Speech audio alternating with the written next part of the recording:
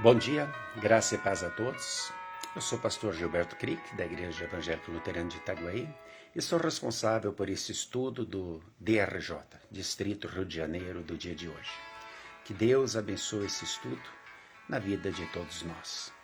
Vamos fazer uma pequena oração para iniciarmos esse momento. Convido a todos, então, a orarmos.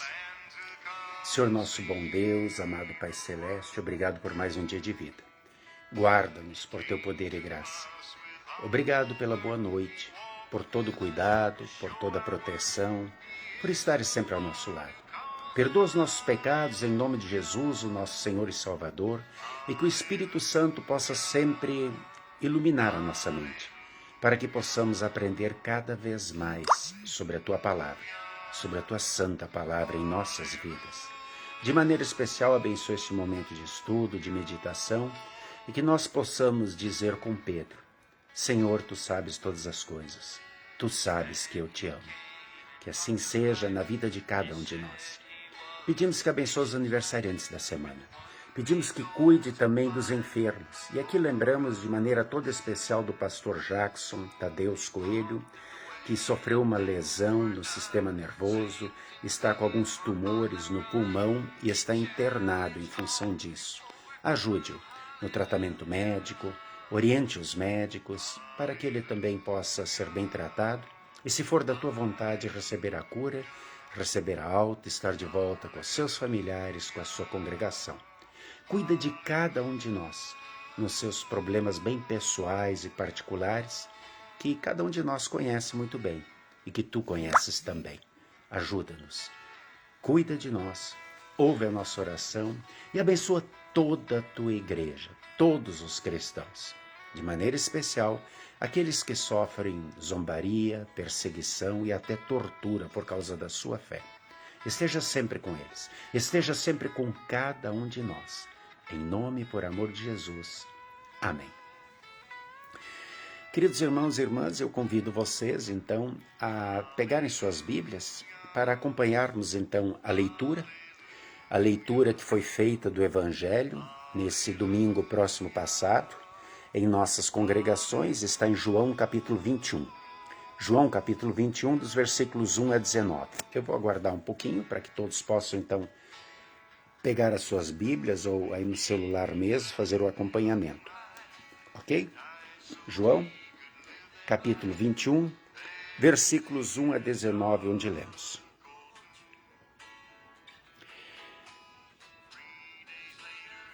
Depois disso, tornou Jesus a manifestar-se aos discípulos junto ao mar de Tiberíades, e foi assim que ele se manifestou.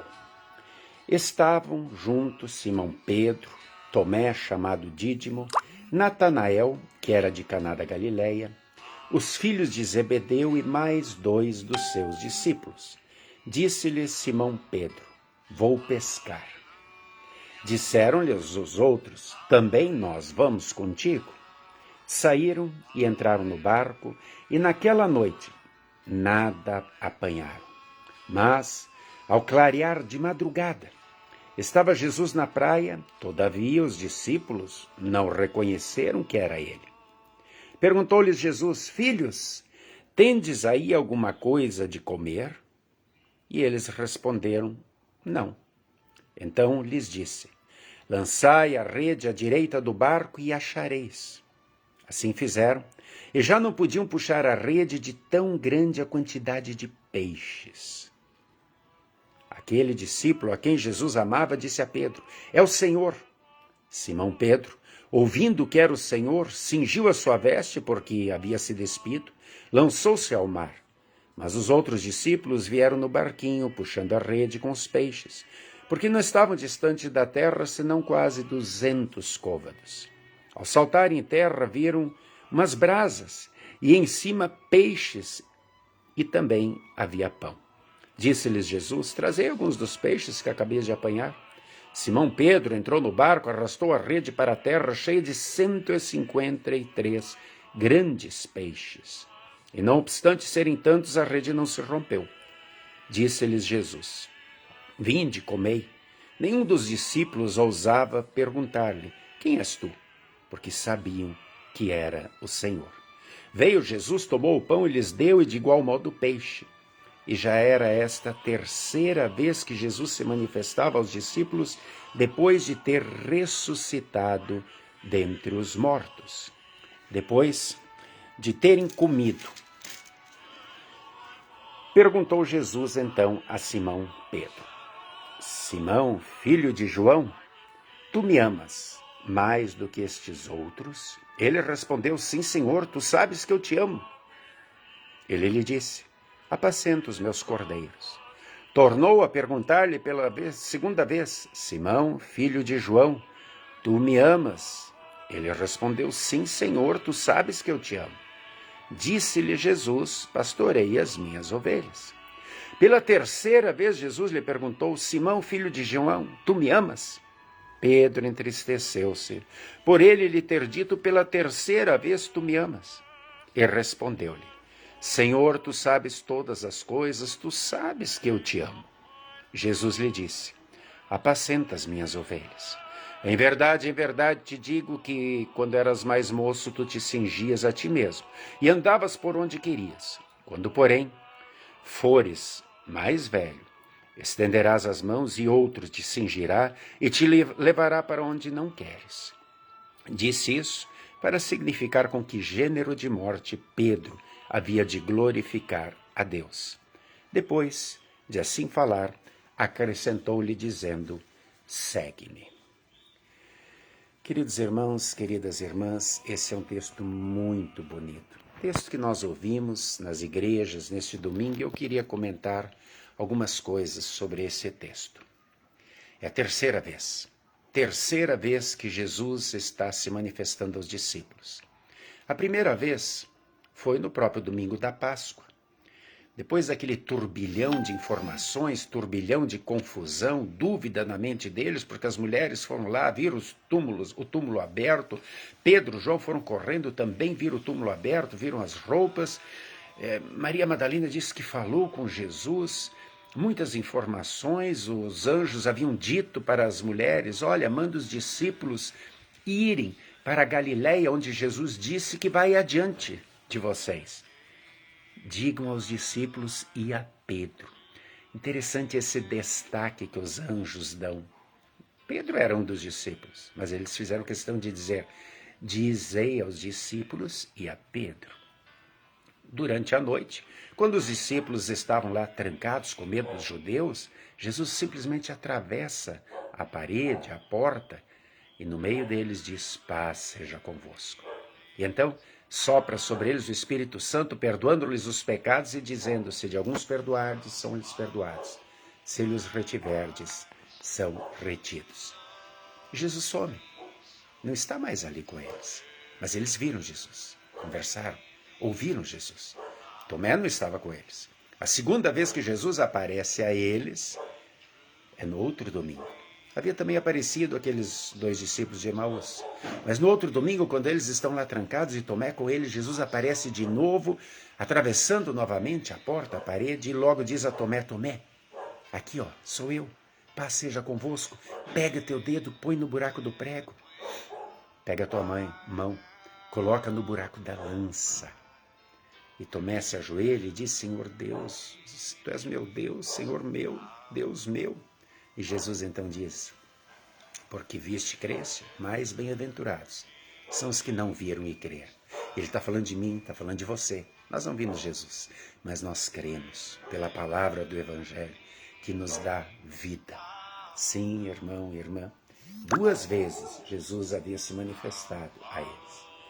E aí eles obedecem a ordem que o anjo deu. Vão para Galileia, que Jesus vai lá, vai estar lá antes de vocês. E eles vão, e então Pedro chega, eles começam a voltar à sua rotina, eles eram pescadores, precisavam ter o seu ganha-pão, tinham suas famílias para sustentar, e Pedro logo diz: eu vou pescar. E os outros que estão com ele, mais 6, eram 7 ao todo, diz: nós vamos também. E então parece aquela pescaria que aconteceu 3 anos antes. Só que diferente, naquela pescaria eram 2 barcos, era o barco de Pedro e André e o barco de Tiago e João. E então o que aconteceu? O que aconteceu foi que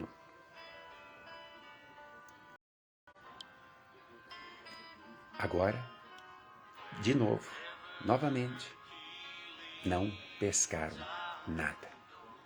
Pescadores profissionais, um fracasso.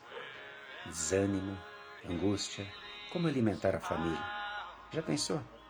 Já pensou o que passou na cabeça deles?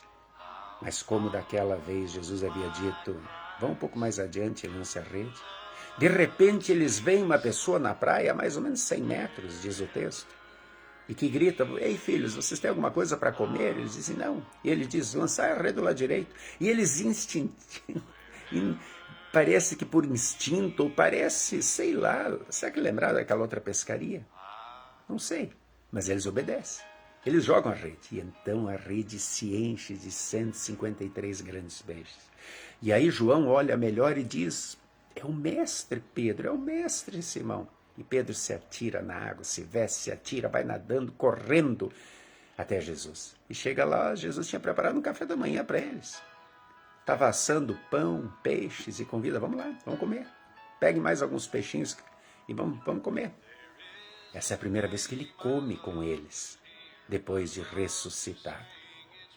Já havia aparecido 2 vezes, já havia dado a paz a eles, já havia dado a certeza de que ele realmente venceu a morte, o inferno, Satanás, porque estava vivo, puderam tocar no buraco dos pregos da lança, e agora ele está ali comendo com eles. E então agora nós entendemos por que os anjos deram aquele destaque especial, digam aos discípulos para irem para a Galileia, mas também digam a Pedro. Jesus fala com Pedro. Sim, Pedro ele estava carregando durante esse tempo todo, mais de 2 semanas, um peso enorme nas costas. Uma montanha de brasas vivas, poderíamos dizer.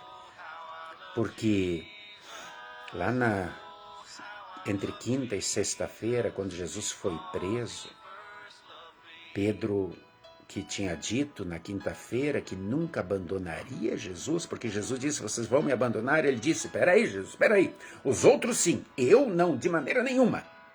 Pô, eu sou Pedro. Lembra? Meu nome é Simão, tu disse que eu sou Pedro, a rocha. Isso faz parte do meu gênio.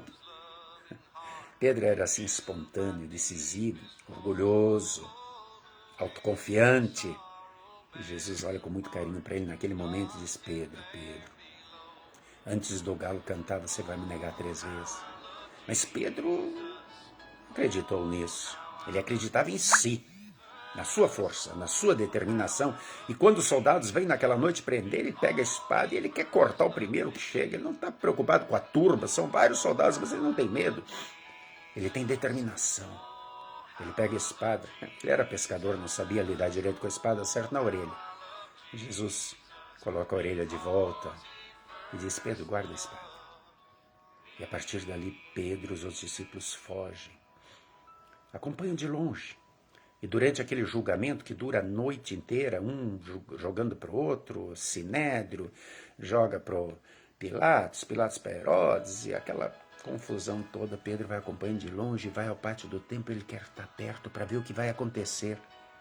E de repente é reconhecido. Enquanto ele se esquenta na fogueira, uma criada diz, você estava com ele? Eu não conheço, não sei quem é. E assim por 3 vezes.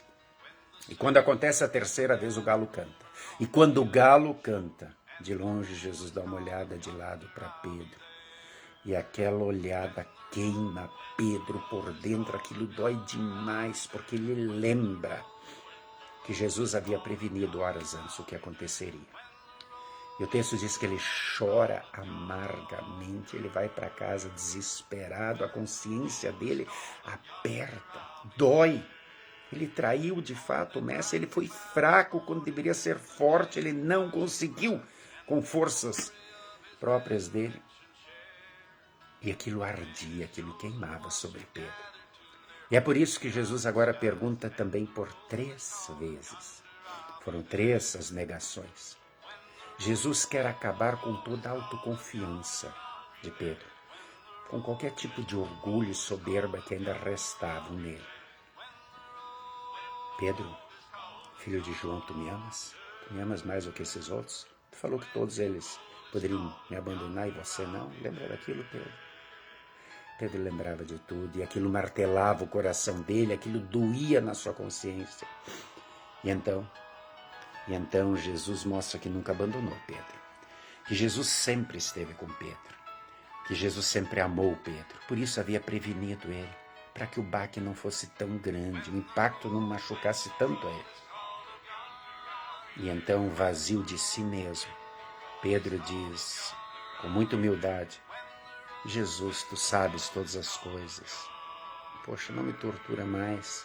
Tu sabes que eu te amo, eu sempre te amei, eu sempre tive fé, mas eu vacilei, o medo foi maior, o pânico foi maior, eu escorreguei, me desculpa, Senhor, por favor. E Jesus as 3 vezes diz que entendia muito bem o coração de Pedro.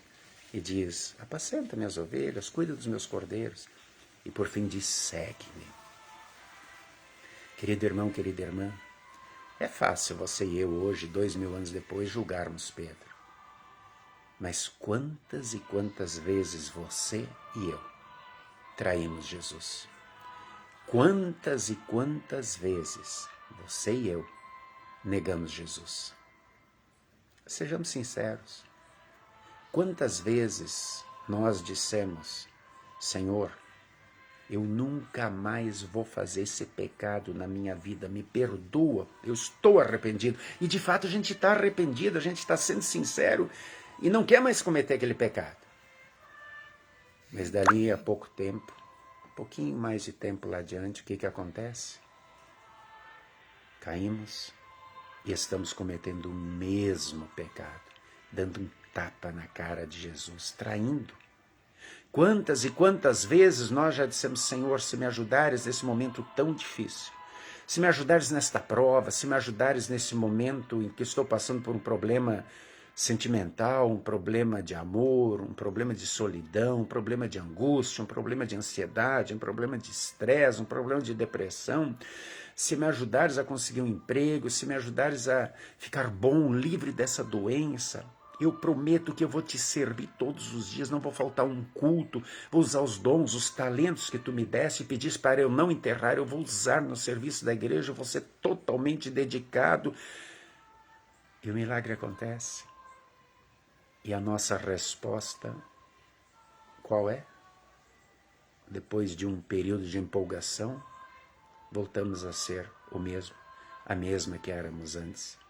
Jesus disse, invoca-me no dia da angústia, eu te livrarei, tu me glorificarás, e nós invocamos, ele nos livrou, e quantas vezes faltou a nossa resposta de vida. Querido irmão, querida irmã, assim aconteceu com Pedro. Ele precisou esvaziar-se de si mesmo para que Jesus pudesse revesti-lo totalmente de sua graça, da força e do poder do Espírito Santo. Jesus não havia dito aos discípulos, vocês não precisam se preocupar com o que falar, o Espírito Santo vai falar por vocês. Então é preciso que Deus fale por nós. Não o nosso orgulho, a nossa soberba, a nossa arrogância, eu, mas Deus em mim. Isso também foi preciso acontecer na vida de Saulo. Lembram Saulo? Tinha dupla cidadania, romano, hebreu, podia andar onde quisesse, tinha salvo-conduto por onde ia. Era um doutor da lei, fariseu dos fariseus, hebreu dos hebreus, como ele mesmo se autodenomina. Estudou aos pés de Gamaliel, o maior mestre fariseu da época. Tinha know-how, tinha um monte de títulos, né? Graduação, pós-graduação, mestrado, doutorado. Muito motivo para se orgulhar. E então Jesus o derruba do cavalo. E ele fica cego, fica apavorado e diz, o que está acontecendo? Estou cheio de soldados aqui, eu sou o Saulo, o poderoso Saulo, o que está acontecendo? De repente não é ninguém. Está cego, caiu do cavalo. E Jesus diz, eu sou Jesus a quem tu persegues. E toda aquela soberba, toda aquela arrogância, todos aqueles títulos caem por terra. E durante 3 dias ele fica em jejum, ele ora, ele busca força em Deus. E Deus ouve sua prece. E Deus diz para Ananias, olha, eu estou vendo Saulo orar, vai lá, tira a escama do olho dele. Ah, Senhor, mas ele é um perseguidor. Calma, Ananias. Eu tenho muita coisa preparada para a vida dele. Daqui para frente, tudo vai mudar. E quando ele se esvazia de si mesmo, Ele busca aprender com os discípulos que ele perseguia. Muitos daqueles discípulos sem título nenhum, iletrados, mas cheios do poder do Espírito Santo. Ele aprende, ele muda e se torna o grande missionário da igreja cristã antiga, o grande apóstolo Paulo. Sim, foi preciso que ele se esvaziasse dele mesmo e ele dissesse lá depois, em Coríntios, quando eu sou fraco, então é que eu sou forte, porque Deus é forte através de mim. Ele não tirou meu espinho da carne, porque a graça dele, o perdão dele, a companhia dele, a certeza da paz que ele dá, a certeza da sua companhia, isso basta para qualquer ser humano.